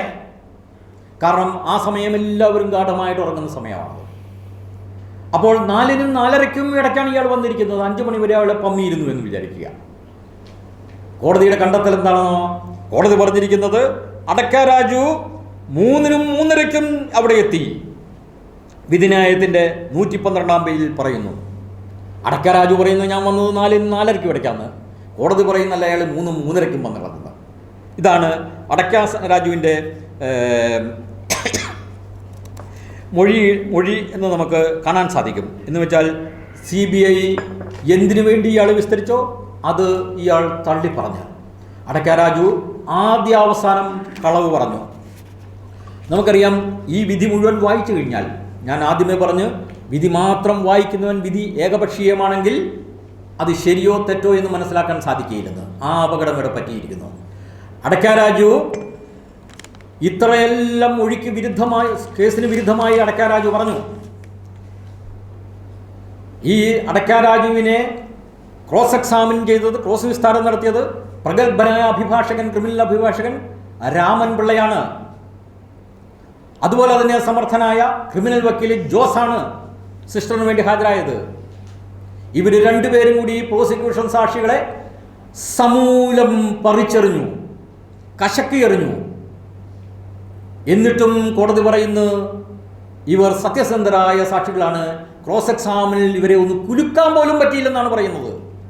സമൂലം കശക്കിയെറിഞ്ഞ ഈ സാക്ഷികളെക്കുറിച്ച് ഈ പ്രഗത്ഭന്മാരായ അഡ്വക്കേറ്റിനെ സംബന്ധിച്ച് പറഞ്ഞിരിക്കുന്നത് അവർക്കൊന്ന് കുലുക്കാൻ പോലും പറ്റിയില്ലെന്ന്. ഞാൻ വായിച്ചു കേൾപ്പിച്ച മൊഴി എങ്ങനെയാണത്? CBIയുടെ കേസിന് വിരുദ്ധമാണത്. CBIയുടെ മൊഴി ഭാഷ്യം ഇവർ തള്ളി പറഞ്ഞു. അത്രമാത്രം വിജയകരമായ ക്രോസ് എക്സാമിനേഷൻ നടത്തിയ അഡ്വക്കേറ്റ്സിനെ കുറിച്ച് പറഞ്ഞിരിക്കുന്നത് അവർക്ക് ഈ സാക്ഷിയെ ഒന്ന് കുലുക്കാൻ പോലും പറ്റിയില്ല, അവരുടെ വിശ്വസനീയത ഒന്നും ചെയ്യാൻ പറ്റിയില്ലെന്ന്, ഇളക്കാൻ പോലും സാധിച്ചില്ലെന്നാണ് പറഞ്ഞിരിക്കുന്നത്. നമുക്ക് എങ്ങനെ അത് സ്വീകാര്യമാകും? അപ്പോൾ വിധി എന്ന് പറയുന്നത് മൊഴിക്ക് വിരുദ്ധമാണത്. അപ്പോൾ മൂന്നാം സാക്ഷി അടയ്ക്കാൻ രാജുവിൻ്റെ മൊഴിയിൽ മാത്രമല്ല പൊരുത്തക്കേടുകളുള്ളത്, വൈരുദ്ധ്യമുള്ളത്. കോടതിയുടെ കണ്ടെത്തലുകളിലും വൈരുദ്ധ്യമുണ്ട്. കോടതി പറഞ്ഞിരിക്കുന്ന കാരണങ്ങൾ വൈരുദ്ധ്യമുണ്ട്. എതിരായിട്ടാണ് യഥാർത്ഥത്തിൽ വിധിയിൽ പറഞ്ഞിട്ടുള്ളത്. ഇനി നമുക്കറിയാം, അപ്പോൾ അടയ്ക്കാൻ രാജു അച്ഛനെ കണ്ടു എന്ന് പറയുന്നത് കളവാണല്ലോ. അയാൾ തന്നെ പറഞ്ഞിരിക്കുന്നു ഞാൻ ഇരുന്നിടത്ത് നിന്നാൽ കാണാൻ പറ്റുകയില്ലെന്ന്. അയാൾ തന്നെ പറഞ്ഞിരിക്കുന്നു ഞാൻ അവിടെ മോഷ്ടിക്കാൻ പറ്റിയില്ല എന്ന്. അയാൾ തന്നെ പറഞ്ഞിരിക്കുന്നു എനിക്ക് ഉടനെ തന്നെ ടോർച്ച് കണ്ട ഉടനെ ഞാൻ സ്ഥലം വിട്ടു എന്ന്. അപ്പോൾ ഈ വൈദികനെതിരെ ഈ തെളിവ് ഇല്ല, ഈ തെളിവില്ല. അച്ഛൻ്റെ സാന്നിധ്യം അവിടെ തെളിയിച്ചിട്ടില്ല. അച്ഛൻ്റെ സാന്നിധ്യം അവിടെ തെളിയിച്ചു എന്ന് നമ്മൾ സങ്കല്പിക്കുക. അങ്ങനെയുണ്ടെങ്കിൽ ഈ കൊലപാതകവുമായിട്ട് എങ്ങനെ ബന്ധപ്പെടുന്നത്? അച്ഛൻ അവിടെ സന്നിഹിതനായതുകൊണ്ട് അച്ഛനാണ് കൊലപാതകം നടത്തിയെന്ന് പറഞ്ഞു കഴിഞ്ഞിട്ടുണ്ടെങ്കിൽ 160 പേര് ഈ ഹോസ്റ്റലിൽ താമസിക്കുന്നുണ്ട്, ഹൈന്ദവരായിട്ടും ക്രിസ്ത്യാനികളായിട്ടും അല്ലാതെയും. അങ്ങനെ ഉണ്ടെങ്കിൽ ഈ 160 പേരും ഇവിടെ സന്നിഹിതരായിരുന്നില്ലേ? അവർക്കുമാകാൻ പാടില്ല ഈ കൊലപാതകം? ഏതായാലും CBI അത് പറഞ്ഞില്ല, 160 പേരെയും പ്രതികളാക്കിയില്ല. അങ്ങനെ ഒരു നല്ല കാര്യം CBI ചെയ്തു. ഇനി നമ്മൾ വിചാരിക്കുക, അടുത്ത സാക്ഷി എന്ന് പറയുന്നത്, അല്ലെങ്കിൽ അടുത്ത വൈദികനെതിരെ നടത്തിയ കൊടുക്കാൻ ഉദ്ദേശിക്കുന്ന അടുത്ത തെളിവെന്ന് പറയുന്നത് കളർകോട് വേണുഗോപാൽ എന്ന് പറയുന്ന ആളോട് ഈ വൈദികൻ, ഒന്നാം പ്രതി വൈദികൻ ചില സമ്മതങ്ങൾ നടത്തി. കുറ്റസമ്മതമല്ലത്. ആ നടത്തിയ സമ്മതം എന്ന് പറയുന്നത് പച്ച മലയാളത്തിൽ പറഞ്ഞാൽ അത് ആവർത്തിക്കാൻ ഞാൻ, സിസ്റ്റർ സഫിയും ഞാനും ഭാര്യാഭർത്താക്കന്മാരെ പോലെയാണ് കഴിഞ്ഞിരുന്നത് എന്നാണ് ഈ കളർകോട് വേണുഗോപാലിനോട് ഈ അച്ഛൻ പറഞ്ഞതായിട്ട് രേഖപ്പെടുത്തിയിരിക്കുന്നത്. ആരാണ് ഈ കളർകോട് വേണുഗോപാൽ? ഡിവൈൻ റിട്രീറ്റ് സെന്ററിലെ വൈദികരായിട്ട് ഒരു ക്രിമിനൽ കേസ് വന്നു കഴിഞ്ഞപ്പോൾ സുപ്രീം കോടതി ആ കേസ് റദ്ദ് ചെയ്തു. ആ കേസ് റദ്ദ് ചെയ്ത് കഴിഞ്ഞപ്പോൾ കളർകോട് വേണുഗോപാൽ നേരെ ചാലക്കുടി മജിസ്ട്രേറ്റിൻ്റെ കോടതിയിൽ പോയി ഇതേ കാര്യത്തിനൊരു പരാതി കൊടുത്തു. ആ പരാതി മജിസ്ട്രേറ്റ് പറഞ്ഞ് നിലനിൽക്കില്ല, സുപ്രീം കോടതി തള്ളിക്കറഞ്ഞ കേസിൽ നിങ്ങൾക്ക് പരാതിയുമായിട്ട് വരാൻ പാടില്ല എന്ന് പറഞ്ഞു. ഉടനെ തന്നെ കളർകോട് വേണുഗോപാൽ നേരെ ഹൈക്കോടതിയിൽ പോയി അനുകൂലമായ ഒരു വിധി കിട്ടി. ഈ അനുകൂലമായ വിധി കിട്ടിയ ഉടനെ മുരിങ്ങൂർ റിട്രീറ്റ് സെന്ററിലെ അച്ഛൻ നേരെ സുപ്രീം കോടതിയിലേക്ക് ചെന്നു. സുപ്രീം കോടതി വായിച്ചു നോക്കിയിട്ട് വാക്കാലൊരു ഉത്തരവ് പറഞ്ഞു, ഈ ഹർജിക്കാരനോട് നാളെ കോടതിയിൽ ഹാജരാകാൻ പറയുക, അടുത്ത അവധിക്ക് കോടതിയിൽ നേരിട്ട് ഹാജരാകാൻ പറയുക. അപകടം മണത്തറിഞ്ഞ വേണുഗോപാൽ നിരുപാധികം ഹർജി പിൻവലിച്ചു. ഒരു പരിചയവുമില്ലാത്ത ഒരു വൈദികനെതിരെ വ്യാജ ഹർജി കൊടുത്തതിന് ശേഷം സുപ്രീം കോടതി പിടിക്കുമെന്ന് കണ്ടപ്പോൾ നിരുപാധികം പിൻവലിച്ചുകൊണ്ട് പോയ ഒരാളാണ് കളർകോട് വേണുഗോപാൽ എന്ന് പറയുന്നത്. ഇതൊക്കെ ചോദിച്ചു വരുത്തിയിട്ടുണ്ട് കേസിൽ, ഇതൊക്കെ ക്രോസ് എക്സാമിനേഷനിലുണ്ട്. പക്ഷേ ഇതൊന്നും വിധിന്യായത്തിൽ കാണുന്നില്ല. നമ്മൾ വിചാരിക്കുക, ഇത് വിധിന്യായത്തിൽ നമ്മൾ കാണുന്നില്ലത്. അതുകൊണ്ടാണ് ഞാൻ പറഞ്ഞത് സമൂലം ഇവരെ കശക്കി എറിഞ്ഞെന്ന് പറഞ്ഞത് സാക്ഷികളെ, രാമൻപിള്ള വക്കീലും ജോസ് വക്കീലും കൂടി. പക്ഷേ അവർ ക്രോസ് എക്സാമിൻ പോലും ചെയ്തില്ലെന്ന് നമുക്ക് തോന്നിപ്പോവും വിധിന്യായം വായിച്ചു കഴിഞ്ഞു കഴിഞ്ഞാൽ. അപ്പോൾ എന്താണ് ഈ കളർകോട് വേണുഗോപാൽ അച്ഛനെതിരെ പറഞ്ഞിരിക്കുന്നത്? അച്ഛനെ ഒന്ന് കാണുന്നതിന് വേണ്ടി ബിഷപ്പ് ഹൗസിൽ ചെന്നു. ബിഷപ്പ് ഹൗസിൽ വെച്ച് ഇവർ കൂടിക്കാഴ്ച നടത്തി, കോട്ടയം ബിഷപ്പ് ഹൗസിൽ വെച്ച്. എന്നിട്ട് അവിടെ വെച്ച് അച്ഛൻ പറഞ്ഞു, എനിക്കൊരു അബദ്ധം പറ്റിപ്പോയി, ഞാൻ മുൻപ് പറഞ്ഞ കാര്യങ്ങൾ ചെയ്തിരിക്കുന്നു. ആരെങ്കിലും വിശ്വസിക്കുമോ ഇത്? ബിഷപ്പ് ഹൗസിലെ ഇയാൾ എത്തി എന്നുള്ളതിന് ബിഷപ്പ് ഹൗസിൽ രേഖകളില്ലേ? ആരെങ്കിലും അവിടെ വിസ്തരിച്ചിട്ടുണ്ടോ? ആരെയും വിസ്തരിച്ചിട്ടില്ല. അപ്പോൾ ഈ ഏത് വൈദികനെതിരെയും, പരിചയമില്ലാത്ത വൈദികനെതിരെ പോലും കള്ളഹർജി കൊടുക്കാൻ തയ്യാറായ കളർകോട് വേണുഗോപാലിനെ കോടതി വിശ്വസിച്ചു. ഇതൊരു തെളിവായിട്ട് സ്വീകരിച്ചു. സാമാന്യ ബുദ്ധിമുള്ള ആർക്കെങ്കിലും ഇത് സ്വീകരിക്കാൻ പറ്റുമോ? ഒരിക്കലും സ്വീകരിക്കാൻ പറ്റുകയില്ല. അപ്പോൾ ഒന്നാം പ്രതി വൈദികനെതിരായിട്ട് ആദ്യത്തെ തെളിവ് പോയി, രണ്ടാമത്തെ തെളിവും പോയി. പിന്നെ എവിടെയാണ് തെളിവിരിക്കുന്നത്? ഈ രണ്ടാമത്തെ തെളിവ് അച്ഛൻ അങ്ങനെ പറഞ്ഞു എന്ന് വിചാരിക്കുക. അങ്ങനെ ഉണ്ടെങ്കിൽ പോലും രണ്ടാമത്തെ തെളിവും കൊലപാതകവുമായി യാതൊരു ബന്ധവുമില്ല. കൊലപാതകം തെളിയിക്കുന്നതിന് യാതൊരു പ്രസക്തിയും അതിനില്ലത്. എന്നിട്ടും അതും കൂടെ സ്വീകരിച്ചുകൊണ്ടാണ് വൈദികനെ ഈ കൊലപാതകം നടത്തിയെന്ന് കോടതി സ്ഥാപിച്ചെടുത്തിരിക്കുന്നത്. ഇനി നമ്മൾ വിചാരിക്കുക മൂന്നാം പ്രതിയിലേക്ക് വരിക. അപ്പോൾ ഒന്നാം പ്രതിയെ അകാരണമായിട്ടാണ് സത്യത്തിൽ ശിക്ഷിച്ചിരിക്കുന്നത്, അകാരണമായിട്ട്. ഇനി നമ്മൾ മൂന്നാം പ്രതിയിലേക്ക് വരിക. മൂന്നാം പ്രതി കന്യാസ്ത്രീ. 3 തെളിവുകളാണ് ഈ കന്യാസ്ത്രീക്കെതിരെ നിരത്തിയിരിക്കുന്നത് പ്രോസിക്യൂഷൻ, CBI. ഒന്നാമത്തേതെന്ന് പറയുന്നത്, സിസ്റ്റർ ഈ ഹോസ്റ്റലിൽ രാത്രിയിൽ ഒറ്റയ്ക്ക് സിസ്റ്ററിനെ കണ്ടു ഗ്രൗണ്ട് ഫ്ലോറിൽ. തെളിവിൽ വന്നിരിക്കുന്നത് എന്താണ്? ഈ സിസ്റ്റർ താമസിക്കുന്നത് ഗ്രൗണ്ട് ഫ്ലോറിലെ മുറിയിലാണ്. പിന്നെ അവരെ അല്ലാതെ അവരെ എവിടെ കാണുന്നത്? സാക്ഷി കൃത്യമായിട്ട് പറഞ്ഞിരിക്കുന്നത്, 2 സാക്ഷികളാണ് പറഞ്ഞിരിക്കുന്നത്. സാക്ഷികൾ പറഞ്ഞിരിക്കുന്നു സിസ്റ്ററിനെ അത്താഴം കഴിക്കാൻ പോകുമ്പോൾ കണ്ടു. അത് എത്ര മണിക്കാണ്? രാത്രിയിൽ 9-9:30 മറ്റോ. വേറൊരു സാക്ഷി പറഞ്ഞിരിക്കുന്നത് കൃത്യം 10 മണിയായപ്പോൾ സിസ്റ്റർ മുറിയിലിരുന്ന് വായിക്കുന്നത് കണ്ടു. അപ്പോൾ സിസ്റ്ററിൻ്റെ മുറിയിലിരുന്ന് വായിച്ചു കഴിഞ്ഞാൽ ഈ കേസുമായിട്ട് എങ്ങനെ ബന്ധപ്പെടും? 4:30 വെളുപ്പിന് 4:30 നടന്ന സംഭവത്തിന് സിസ്റ്റർ എങ്ങനെ ഉത്തരവാദിയാകും? അപ്പോൾ ആ കാരണവും തെറ്റ്. സിസ്റ്ററിൻ്റെ സാന്നിധ്യം ഒരിക്കലും വിപരീത ഫലം ഉണ്ടാക്കാൻ പാടില്ല. രണ്ടാമത്തതാണ്, സിസ്റ്റർ ചില സമ്മതങ്ങൾ നടത്തി. അത് ലൈംഗികതയുമായിട്ട് ബന്ധപ്പെട്ടാണ്. അദ്ദേഹം പറഞ്ഞു, വിധിന്യായത്തിൽ പറഞ്ഞു, സിസ്റ്റർ ഒരു സമ്മതവും നടത്തിയിട്ടില്ല, ഇവർ പറയുന്ന സമ്മതം നടത്തിയിട്ടില്ല. എന്നാൽ അതുകൊണ്ട് നിർത്തിയാൽ മതിയായിരുന്നു വിധിന്യായത്തിൽ. എന്നാൽ വിധിന്യായത്തിൽ പറയുന്നു വേറെ ചില കാര്യങ്ങൾ നമുക്ക് നോക്കാമെന്നും പറഞ്ഞ്, ഈ കേസുമായിട്ട് യാതൊരു ബന്ധവുമില്ലാത്ത ചില കാര്യങ്ങൾ പറഞ്ഞ് ഒരു സ്ത്രീക്ക് അപമാനകരമായ അപഹാസ്യമായിട്ടുള്ള ചില പ്രസ്താവനകൾ വിധിന്യായത്തിൽ എഴുതി വെച്ചിരിക്കുന്നു. ക്രൂരതയല്ലേ അത്? യഥാർത്ഥത്തിൽ അതൊരിക്കലും ചെയ്യാമായിരുന്ന പ്രസക്തിയില്ലാത്ത ഒരു കാര്യമെന്ന് പറയുന്നത്. മൂന്നാമത്തതാണ് ഏറ്റവും ഗുരുതരമായ, പൊതുജനത്തിൽ സിസ്റ്ററിനെ ഏറ്റവും അപഹാസ്യമാക്കി തീർത്തത്. അതാണ് ഹൈമെനോപ്ലാസ്റ്റി എന്ന് പറയുന്നത്. ഈ ഹൈമെനോപ്ലാസ്റ്റി പ്രൂവ് ചെയ്യാനായിട്ട് പ്രോസിക്യൂഷൻ 2 സാക്ഷികളെ വിസ്തരിച്ചിട്ടുണ്ട്. ഒന്ന് ഡോക്ടർ രമ. ഡോക്ടർ രമ എന്ന് പറയുന്നത് ആലപ്പുഴ മെഡിക്കൽ കോളേജിലെ ഫോറൻസിക് മെഡിസിൻ്റെ മേധാവിയായിരുന്നത്. രണ്ടാമത് ഡോക്ടർ ലളിതാംബിക കരുണാകരൻ, അവർ ഗൈനക്കോളജി വിഭാഗത്തിൻ്റെ മേധാവിയായിരുന്നു അതേ മെഡിക്കൽ കോളേജിൽ. ഇവരുടെ റിപ്പോർട്ടുകളും ഹാജരാക്കിയിട്ടുണ്ട്. 48-ഉം P48-ഉം P80-യുമായിട്ട് മാർക്ക് ചെയ്തിട്ടുണ്ടത്. ഇതിൻ്റെ അകത്ത് പറയുന്നത് the hymen is intact. Hymen intact ആണെങ്കിൽ എന്താണ് അതിൻ്റെ അർത്ഥം?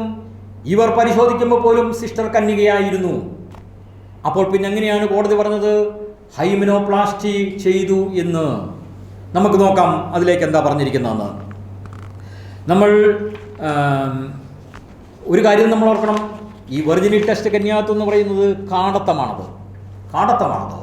സ്ത്രീത്വത്തെ അപമാനിക്കലാണത്. ഐക്യരാഷ്ട്രസഭയുടെ മനുഷ്യാവകാശ പ്രഖ്യാപനത്തിന് എതിരാണത്. ഇന്ത്യൻ ഭരണഘടനയുടെ 21-ാം വകുപ്പിന് എതിരാണത്. എന്നിട്ട് പോലും അത് നടത്തി ഈ കേസുമായി യാതൊരു ബന്ധവുമില്ലാഞ്ഞിട്ട് പോലും. അങ്ങനെ വരുമ്പോൾ നമ്മൾ കാണുക, നമ്മൾ വിധിന്യായത്തിൽ കൃത്യമായിട്ട് പറയുന്ന ഒരു കാര്യമുണ്ട്. It is clear that the third accused sister underwent hymenoplasty. എവിടുന്ന് കിട്ടി ഇത് നമ്മൾ ഈ പറഞ്ഞ ഡോക്ടർ രമയുടെയും ഡോക്ടർ ലളിതാംബികയുടെയും മൊഴിയിൽ നിന്നാണെന്ന് നമ്മൾ വിചാരിക്കാൻ നമുക്ക് നോക്കാം ശരിയാണോ എന്നുള്ളത്. ഈ റിപ്പോർട്ടിൽ, ഇവരുടെ തെളിവിലും റിപ്പോർട്ടിലും പറഞ്ഞിരിക്കുന്നത് ഒരു സ്കാർ കണ്ടു എന്നാണ്. ഒരു പാട്, മുറിവ്, ഉണങ്ങിയ പാട് കണ്ടു എന്നാണ്.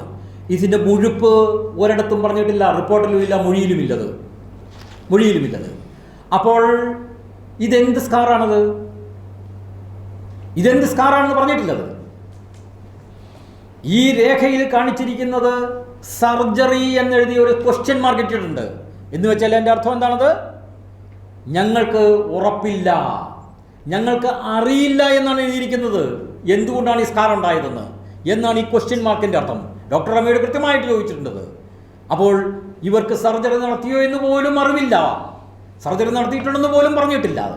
അങ്ങനെയുള്ളവർ പിന്നെ പറഞ്ഞത് എന്താണെന്നറിയാമോ? ഹൈമെനോപ്ലാസ്റ്റി നടന്ന് കാണാം. ആ റിപ്പോർട്ടിൽ എഴുതിയിരിക്കുന്ന എക്സിബിറ്റ് P48 റിപ്പോർട്ട് പറഞ്ഞിരിക്കുന്നത് it could be due to hymenoplasty surgical interference. അതാണ് ഉപയോഗിച്ചിരിക്കുന്ന വാക്ക്, സർജിക്കൽ ഇൻ്റർഫിയറൻസ്. സർജറി പോലും നടന്നിട്ടെന്ന് ഉറപ്പില്ലാത്തവർ എങ്ങനെയാണ് ഹൈമനോപ്ലാസ്റ്റി നടന്നിരിക്കാം എന്ന് പറഞ്ഞിരിക്കുന്നത്? It could be due to hymenoplasty എന്ന് പറയണമെങ്കിൽ അതിൻ്റെ ഇംഗ്ലീഷിൽ മലയാളത്തിലുള്ള അർത്ഥം എന്താണത്? Remote possibility. അല്ലെങ്കിൽ ഇറ്റ് മേ ബി എന്നാണ് പറയണ്ടേ. It is no, it may be എന്നും അല്ല പറഞ്ഞിരിക്കുന്നത്, ആണ് എന്നല്ല പറഞ്ഞിരിക്കുന്നത്, ആയിരിക്കാമെന്നല്ല പറഞ്ഞത്, ആയിരുന്നേക്കാം. അതാണല്ലോ ഇംഗ്ലീഷിൽ അതിൻ്റെ അർത്ഥം. കുഡ് ബി എന്ന് പറയുമ്പോഴേക്ക് റിമോട്ട് പോസിബിലിറ്റിയാണ് സൂചിപ്പിക്കുന്നത്. അതും ശരിയാണോ എന്ന് നമുക്ക് നോക്കാം. ഇനി ഡോക്ടർ രമ പറഞ്ഞു എനിക്കിതിനെക്കുറിച്ചൊന്നും അറിയാൻ വയ്യത്. ഇതറിയാവുന്നത് ഗൈനക്കോളജിസ്റ്റാണ്, അവർ കൈ കഴുകി. അപ്പോൾ ഡോക്ടറുടെ തെളിവിന് എന്തെങ്കിലും അർത്ഥമുണ്ടോ? ഡോക്ടറുടെ തെളിവിന് യാതൊരു അർത്ഥവുമില്ല. ഡോക്ടർ പറഞ്ഞില്ല അങ്ങനെ. രമയുടെ ഡോക്ടർ ലളിതാംബികയുടെ അടുത്തേക്ക് വരുമ്പോൾ, കരുണാകരൻ്റെ അടുത്തേക്ക് വരുമ്പോൾ നമുക്ക് കാണാൻ സാധിക്കും. അവർ പറഞ്ഞ് ഇത് സ്കാർ പല കാരണങ്ങൾ കൊണ്ടുണ്ടാകും, നഖക്ഷതം കൊണ്ട് പോലും ഉണ്ടാകുകയില്ല എന്ന് നിഷേധിക്കാൻ പറ്റില്ലെന്ന് ഡോക്ടർ പറഞ്ഞു. അപ്പോൾ സ്കാർ ഉണ്ടായത് എന്തുകൊണ്ടാണ്? നഖക്ഷതം മൂലം പോലും ഉണ്ടാകുകയില്ലെന്ന് എനിക്ക് നിഷേധിക്കാൻ പറ്റുകയില്ലെന്ന് പറഞ്ഞു. അങ്ങനെയാകാമെന്ന് ഡോക്ടർ ഒരിടത്തും പറഞ്ഞിട്ടില്ല ഹൈമനോപ്ലാസ്റ്റി ചെയ്തെന്ന്.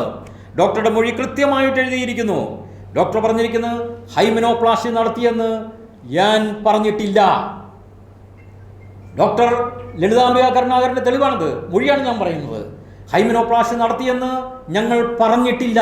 V have not positively stated that she underwent hymenoplasty. അങ്ങനെ ഒരു തെളിവിൻ്റെ വെളിച്ചത്തിലാണ്, തെളിവുണ്ടായിട്ടുമാണ് it is clear that third accused committed underwent hymenoplasty എന്ന് എഴുതിയിരിക്കുന്നത്. മൊഴി എന്ത്, കണ്ടെത്തലെന്ത്, ഇത് രണ്ടാണെന്ന് നമ്മൾ മനസ്സിലാക്കുക. ഡോക്ടർ രമയുടെ മൊഴിയിൽ കൃത്യമായി. ഇനി ഈ ഡോക്ടർമാരെ വിസ്തരിച്ചത് എന്തിനു വേണ്ടിയിട്ടാണ്? വിദഗ്ധർ എന്ന് ഉദ്ദേശിച്ചിരിക്കുന്നത്. വിദഗ്ധർ എന്ന് പറയുന്നത് അവർക്ക് അഭിപ്രായം പറയാം, വേറെ ആർക്കും അഭിപ്രായം പറ്റില്ല. ഫോട്ടോഗ്രാഫറുടെ കാര്യം ഞാൻ പറഞ്ഞല്ലോ, വിദഗ്ധരാണെങ്കിൽ അവർക്ക് അഭിപ്രായം പറയാം, ഒരു സംശയവും വേണ്ട. സെക്ഷൻ 45 ഇന്ത്യൻ എവിഡൻസ് ആക്ട് അതിനകത്ത് പറയുന്നുണ്ട്. ആരാണ് വിദഗ്ധർ എന്നും പറയുന്നുണ്ട്. അവർ പറയുന്ന വിഷയത്തിൽ അവർക്ക് വൈദഗ്ധ്യം ഉണ്ടായിരിക്കണം. എങ്ങനെ? അവർക്ക് സ്കില്ലുണ്ടായിരിക്കണം. സ്കില്ലെന്ന് പറഞ്ഞാൽ എന്താണത്? അക്വയർഡബിലിറ്റിയാണ്. എന്ന് പറഞ്ഞു കഴിഞ്ഞാൽ നമ്മൾ അനുഭവത്തിൻ്റെയും നിരീക്ഷണത്തിൻ്റെയും പരീക്ഷണത്തിൻ്റെയും വെളിച്ചത്തിൽ നമുക്ക് കിട്ടുന്ന അറിവാണ് നമ്മളെ സ്കിൽഡ് ആക്കി തീർക്കുന്നത്. അതാണ് അതിൻ്റെ എക്സ്പേർട്ടിൻ്റെ ഡെഫിനേഷനിൽ പറയുന്നത്. അങ്ങനെയുണ്ടെങ്കിൽ ഡോക്ടർ രമ ആരായിരുന്നു? ഡോക്ടർ രമ പറഞ്ഞ് എനിക്ക് ഈ സർജറിയുടെ പേര് പോലും അറിയില്ലെന്ന്. ഡോക്ടർ രമ പറഞ്ഞിരിക്കുന്നത് എനിക്ക് സർജറിയുടെ പേര് പോലും അറിയില്ലെന്നാണ്. അവരെങ്ങനെ വിദഗ്ധയാകും? അവരുടെ അഭിപ്രായം കോടതി സ്വീകരിക്കാമായിരുന്നോ? രേഖപ്പെടുത്താൻ പോലും വയ്യായിരുന്നത്. കാരണം ഇങ്ങനെയുള്ള ഒരു കേസിൽ ആദ്യം എന്ത് ചെയ്യണം? വൈദഗ്ധ്യമുണ്ടെന്ന് പ്രൂവ് ചെയ്താൽ മാത്രമേ അഭിപ്രായം പറയാൻ അനുവദിക്കാമായിരുന്നുള്ളൂ. അതുപോലും ഇവിടെ ചെയ്തില്ലത്. അപ്പോൾ ഡോക്ടർ രമ വൈദഗ്ധ്യമില്ലെന്ന് പറയാനുള്ള എളിമ കാണിച്ചു. എങ്കിലും അവർ ഈ റിപ്പോർട്ടിൽ ഒപ്പിട്ട് കൊടുത്തു. എന്നിട്ടും അവർ ഈ റിപ്പോർട്ടിൽ ഒപ്പിട്ട് കൊടുത്തു എന്ന് നമ്മൾ വിചാരിക്കുക. രണ്ടാമത് ഡോക്ടർ ലളിതാംബിക കരുണാകരനാണ്. അവരെന്ത് പറഞ്ഞു എന്ന് നമുക്ക് നോക്കാം. അവർ വൈദഗ്ധ്യം അവർക്കുണ്ടായിരുന്നോ? അവർ പറഞ്ഞ്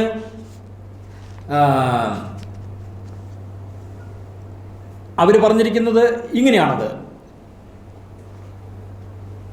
ഹൈമനോപ്ലാസ്റ്റി ഈ വിഷയം ഞങ്ങൾ കോളേജിൽ പഠിപ്പിക്കുന്നില്ല.